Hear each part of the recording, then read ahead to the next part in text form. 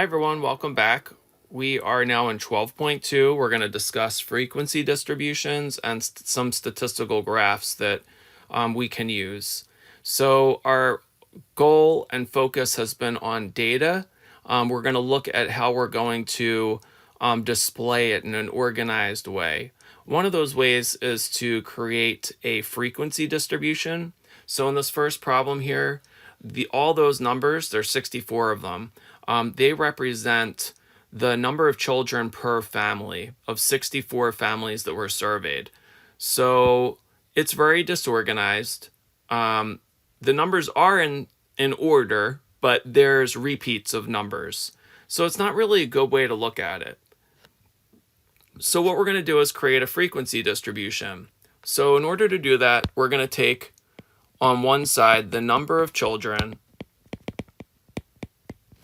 and then to the right of that, we're going to put the frequency. And frequency is just counts. So you're just going to count. Okay, as I scan through that data, I notice that it goes from 0 to 9. So I'm going to have a table with the numbers 0 through 9. And right across from it, I'm going to put how many zeros there are. I'm physically going to count. So, in statistics, a lot of times we like to use programs that will do the counting for us, especially when you're dealing with large amounts of data. It's just easier. So I mentioned Microsoft Excel earlier. You could have the values there easily counted using Microsoft Excel. So in real life, we don't physically sit there and count. We let the computers do all of that tedious work. So if you go through and you count, I've got 1, 2, 3, 4, 5, 6, 7, 8 zeros. So I'm going to put an 8 next to the 0. And then I would go through and I would count how many ones. So I know that there's 8 here, 9, 10, 11. And you would keep doing that all throughout. So I'm just going to fill them in and save you some time because I know you get the idea.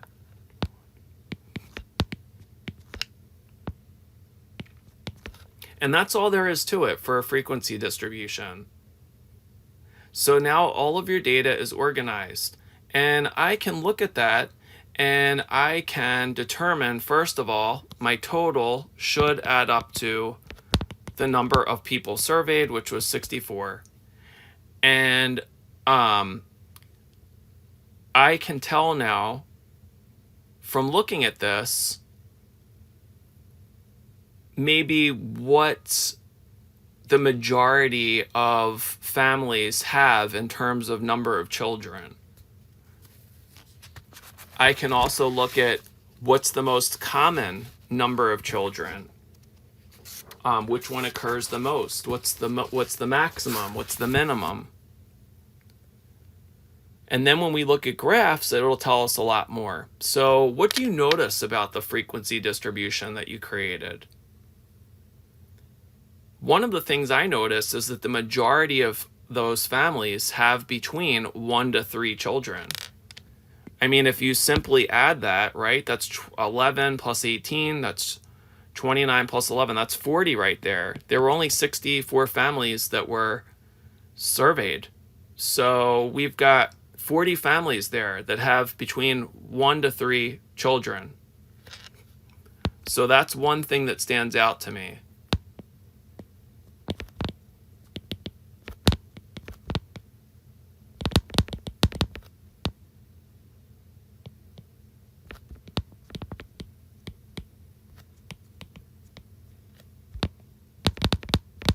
And we'll talk more later on about how to analyze these pictures.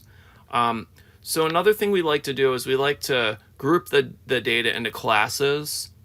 And the classes are just groups. And we'll see here in a second how we're going to do that. The classes should be the same width. They should not overlap. And each piece of data should belong to only one class. A good rule of thumb is to have in a frequency distribution anywhere from 5 to 15 classes. Because when you go to graph them, if you have less than 5, a lot of times the graph will come out looking like a skyscraper because everything will pile really high into each of the bars. And if you have more than 15, a lot of times it comes out, the graph looks very flat, kind of like pancakes, because you'll have a small number of data within each of the bars. And we also like to look at the spread, which is the lowest value to the highest, and what's going on in the middle.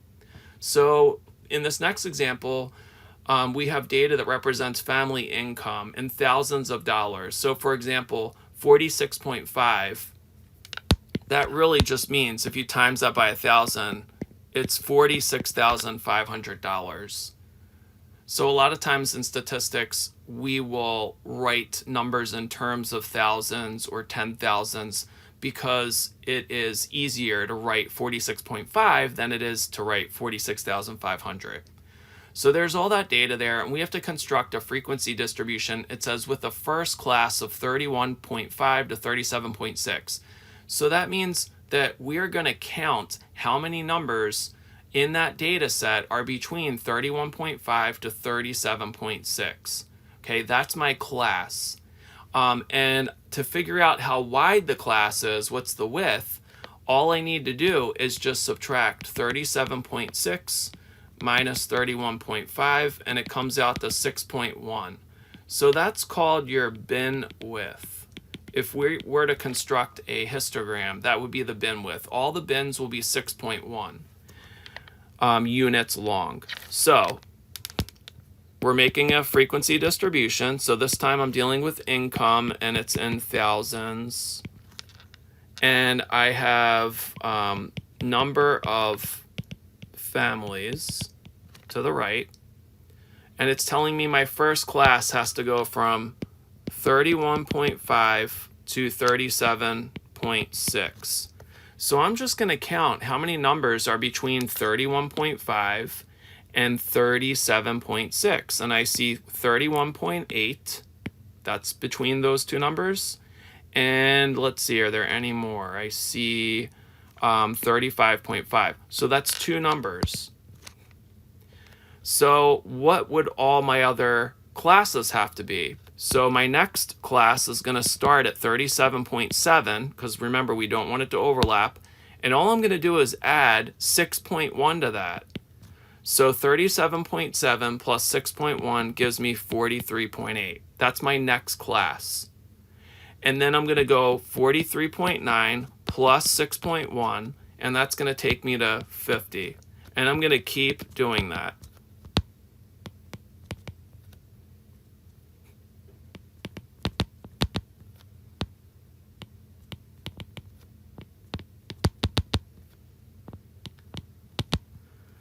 Now, how do I know when to stop? I'm going to stop once I have enough classes to fit all of my data. So when I'm looking at this, the highest number I have is 65.2. So I know it'll fit in that last class right there.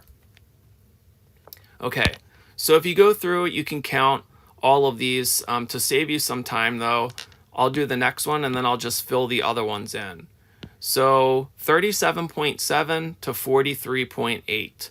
Okay, so any numbers that fall in between there, so 39.8, 40.9, and 40.3, they fall in that width there, so that would be 3. And if you go on and do the same thing to the others, you'll get 5, 3, 1, and 1. And then, of course, again, you've got a total of 15. One of the things I want to point out to you is this right here. As you can see, that has the highest frequency. So we refer to that as the modal class. It's got the highest frequency. So if we were to graph it, there would be a peak in the graph. It would be the highest bar in that graph. So let's look at a picture of a visual display of our data, okay? Because these are great, they organize, they help us see things, but let's actually look at some pictures. So one of the first graphs we're going to look at is a histogram, and histograms are used for numerical data, okay? It's a graph with the observed values on its horizontal scale and then the frequencies on its vertical scale. So we need to construct a histogram for the number of children recorded for 64 families. Okay, so I need to title this. My graph is representing number of children per family. And it said the horizontal scale is going to be my observed values. So I'm observing number of children. So horizontal is down here. And the vertical is the frequency. So what am I counting? I'm counting how many families there were that had a specific number of children. So this is your frequency, but more specifically, it represents number of families. Okay, so what I'm going to do is I'm going to create my graph, but make sure that it's big enough that it will fit all of the data that I have. So if you go back and look at number of families and number of children, I notice here that number of children goes from 0 to 9. So my horizontal axis needs to go from 0 to 9. And it goes in order. So that's important. I'll show you why in a second. And then the frequency, the highest number I have there is 18. So I just need to make sure my graph is big enough on the y-axis, the vertical axis, that it goes up to 18. So here I'm going to count. And since my x-axis is in numerical order, these are all called the midpoints. As you can see, I'm putting them in the middle of each of the squares. So we said we needed 9. That was the maximum number of children. And then here I'm going to, on the vertical axis, number of families, I need to go up to at least 18. I'm going to, let's say, label it after every 5. So this will be 5 here. 10. 15. And 20. And now what you're going to do is just make a bar graph, but it's not a bar graph, it is a histogram. So I'm going to go back and look and see how many families had 0 children. If I go back and look, we have 8 families had 0 children. So that means when I make my graph, I need to make sure that I go up to 8. So I'm just going to shade in that rectangle there for that first bar. Then I've got number of families that have 1 child. So if you look there, you've got 11. So you're going to make sure your next bar goes up to 11. And I'm going to keep doing that. So I'll keep going ahead and filling it in. You guys can look and see what you would get here. And you can always fast forward through this if you're okay making this, if you're understanding what's going on.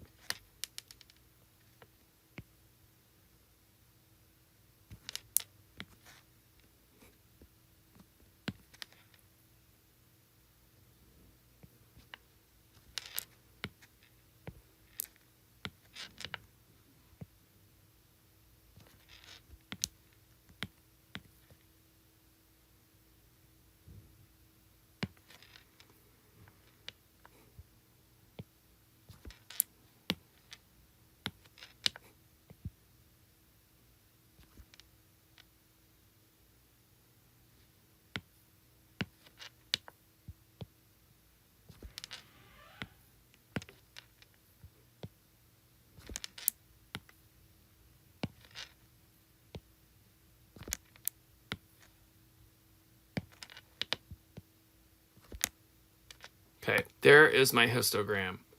And we're going to learn in other sections in the future how to interpret that. But, just start thinking, what do you notice from that visual display? Now you have a visual. What do you notice about the number of children and the number of families that have that number of children? Another type of graph we can make is something called a frequency polygon. So really plain and simple, a frequency polygon just places dots at the middle of each of the bars. So you're going to go to the middle of each of these bars and place dots there at all the heights. The only difference is you need 2 extra dots. You have to put one back at 0 on the x-axis on both sides. And then all you're going to do is you're going to connect each of those dots with a line.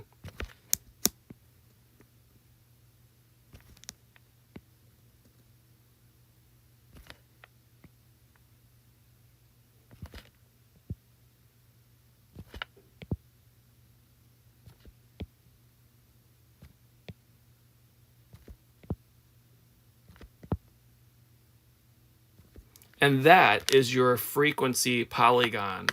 I provided an extra graph for you to do the frequency polygon on. You're welcome to create it there, but it would just look like a line graph. So it would just be those red line segments that are drawn without the bars there. So remember, the bars are the histogram, and the actual red line segments, the line graph, that's our frequency polygon.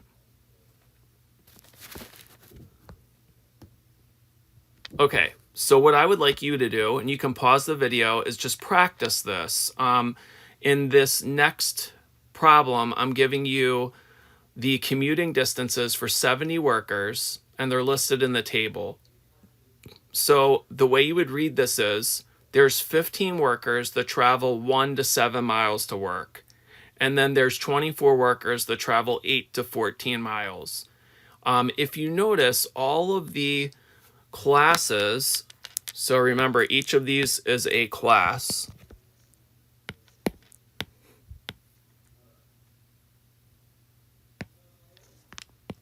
So that's a class. 8 to 14 is a class. Each of them are the same width, right? They go from 1 to 7. That's 1 plus 6. 8 plus 6 is 14. 15 plus 6 is 21, and so on. Which one of those classes is the modal class? So if you guessed the 8 to 14, you'd be correct, because that has the highest frequency. It's got 24. So when you draw that, you're going to see it actually is going to be the peak in the graph. Okay, so to create the histogram, what I'm going to want to do is find what's called the midpoint. So if you remember, when I made the histograms before, I went to the middle and drew like dashes. For this graph, I don't need to really do that. I'm going to pretend that the middle is actually right here. So I'm going to like skip a space, and in other words, my bar is going to like go like this. Okay, so I'm going to, just to kind of spread this graph out, I'm going to have all my numbers here. So we'll start at 0, and what would my next increment be?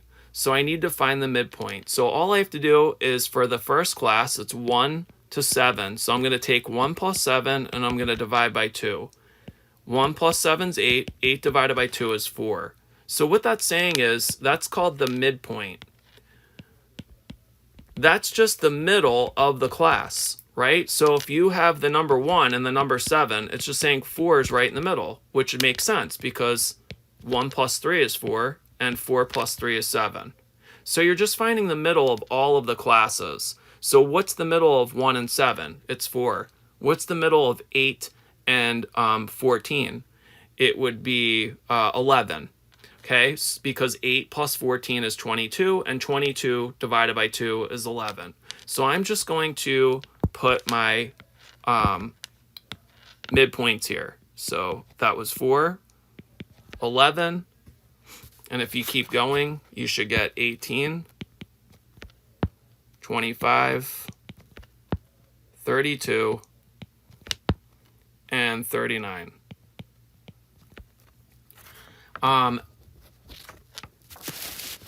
Remember, you need to label. So the title of my histogram is It's One-Way Commuting Distance.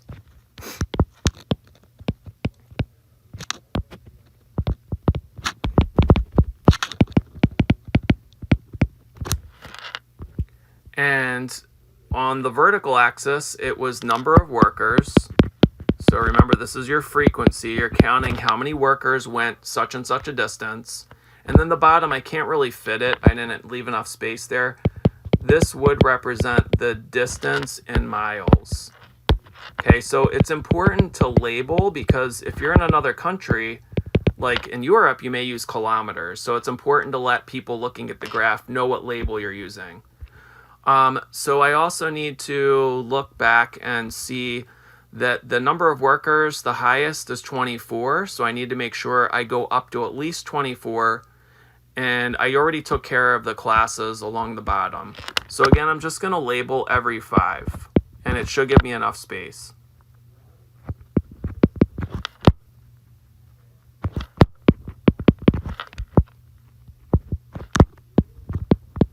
Okay. And I have definitely enough room to go up to 24. So again, you're going to first create your histogram. So I'm going to look and see. For my first class, 1 to 7, it should be 15. So I'm just going to make a bar. I want to use my highlighter, sorry. I meant to make that red. Okay, so it's going to go, what did I say? It was going to go up to 15, right? So it's going to go here. Okay, there's my first bar. My next one, actually, let me make that a little bit neater.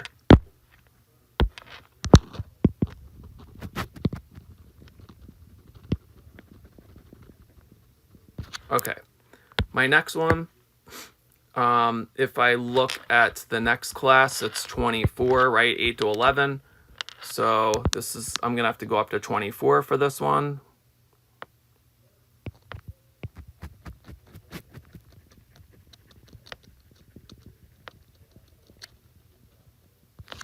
And then my next one is 13.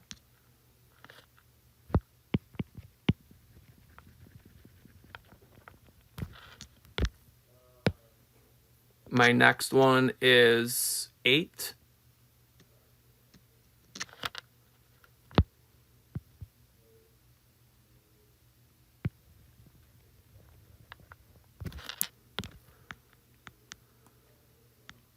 My next one is 5. Actually, my next 2 are 5.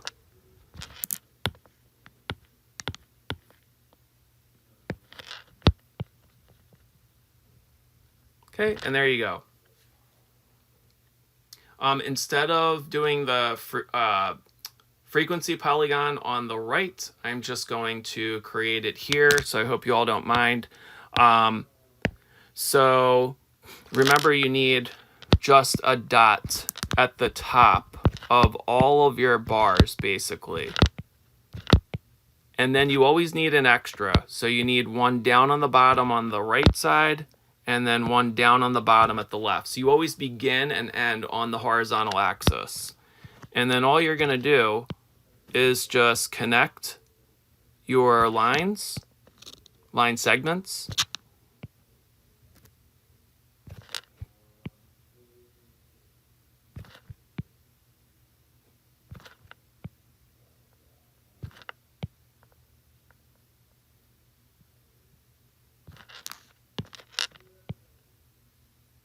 And there's your frequency polygon. So it would just be the line graph.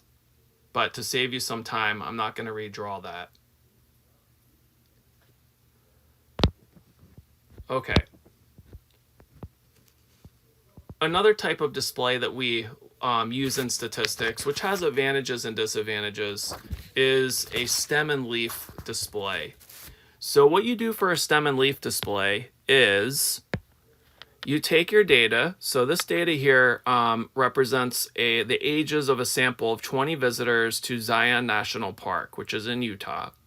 And what we would do for a stem and leaf graph is you have a vertical line, to divide the data.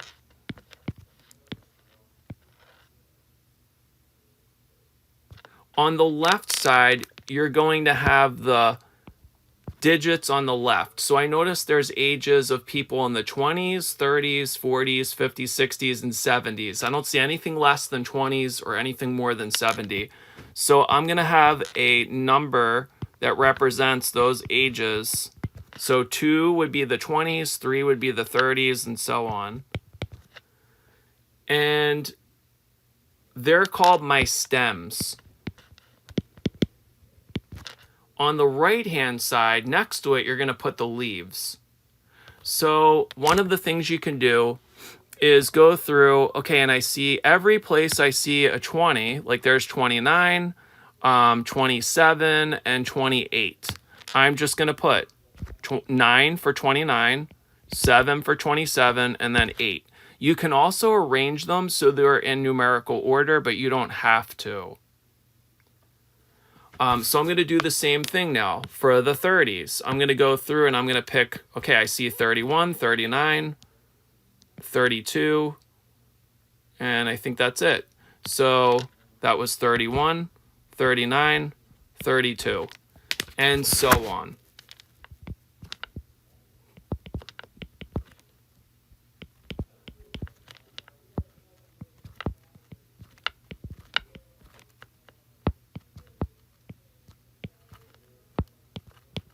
One of the things you need to remember when making a stem and leaf plot, so here's all your leaves, is you need a key. So you need to state how you read that. So for instance, the 2 and the vertical line 9 would just represent 29 years old.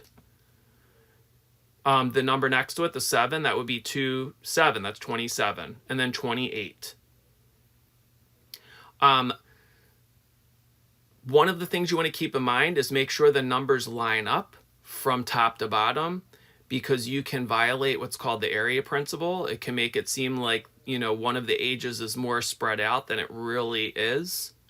And I tried to do my best with that there was equal spacing. And also, let's say there were no people in their 30s. You would still want to put a 3, but you would just leave this part blank. And that would show a gap in the graph, but that's okay, because there are things that we look at in statistics, and actually a lot of times those are interesting things, like why are there no people in their 30s? And we would investigate something like that. An advantage to a stem plot is that I can easily pick out the highest and lowest ages. So the lowest is 29, the highest would be 72. I can also see the modal group. So can you pick out the modal group there? The modal group would be the 40s, because that would be your peak in the graph.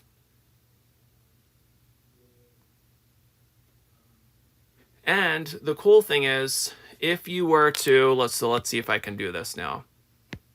If you were to take your picture, right, and let's say I duplicate it, right, and now I turn it, what you have is your histogram.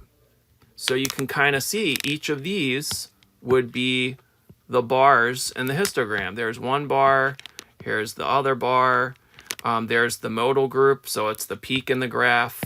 Here's my other bar, and then here's another one, and so on. So kind of cool, right? And you can look at displays, stem and leaf plots, and determine different things from its shape, which we're going to talk about in the future. So, you know, that all is important, but not yet. Okay. Last thing we're going to look at, we've seen circle graphs before. Circle graphs are used for categorical data, so things you can put in categories. Like, for instance, here we've got different events at a circus, different performances. So the performances would be categories, and the percentages represent the people that enjoyed that performance the best. So of the people they surveyed, 14% thought the juggler's act was the best, and 17% like the acrobats, and so on. So 800 people who attended a circus were asked to indicate their favorite performance. The circle graph shows the percentage of respondents that answered those categories. Determine the number of respondents for each category. Okay, so remember something important, that the total circle represents 100%.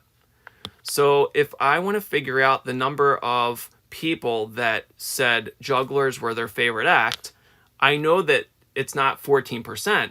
It's 14% of 800. So if I want to find jugglers, I would take 14% times the total number of people surveyed. So 14% is 0.14. You just move your decimal back 2 places to the left. So you get 0.14 times 800. And when you do that, you'll find out that it is 112 people that said jugglers were their favorite act. If I wanted to find the number of people that thought tigers were their favorite act, I would do 38% of 800. So how do I change a percent to a decimal? Move the decimal back 2 places to the left. So it's actually 0.38 times 800. And when you do that, you should get 304. And you can do that for each of them. I'll give you the answers for the others. The elephants came out to 208, and the acrobats came out to 136, and then other, you should get 40. That's the end of this section. I hope you all enjoyed. If you have any questions, please reach out to me. Please make sure you're doing your homework, and hope you all enjoy the rest of your day or night.